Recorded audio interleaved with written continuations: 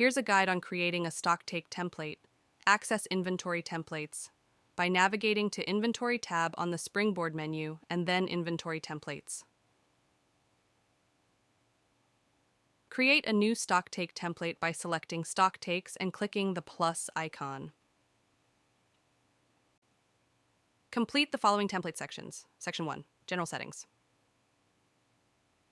Begin by assigning a name to your stock template. Specify the location. Configure variance settings. These include allowable variances, force reasons, and variance report sections. Move on to Section 2, Products. Choose a department group to filter products.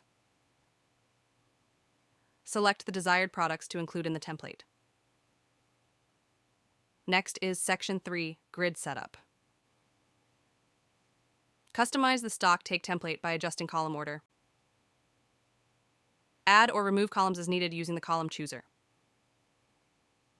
Lastly, finalize the template in Section 4, Permissions. Grant roles access to customize and finalize the template.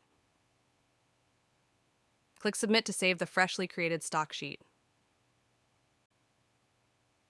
By following these steps, you should be able to create a stock take template with the necessary settings and configurations for efficient inventory management.